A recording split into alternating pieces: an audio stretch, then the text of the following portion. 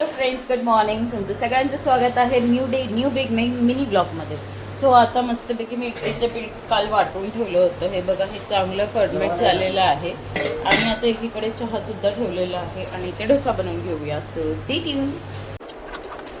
So finally इथे breakfast ready झालेला. Breakfast करून घेतला, त्याच्यानंतर सुरू केलं लंच बनवण्याची तयारी.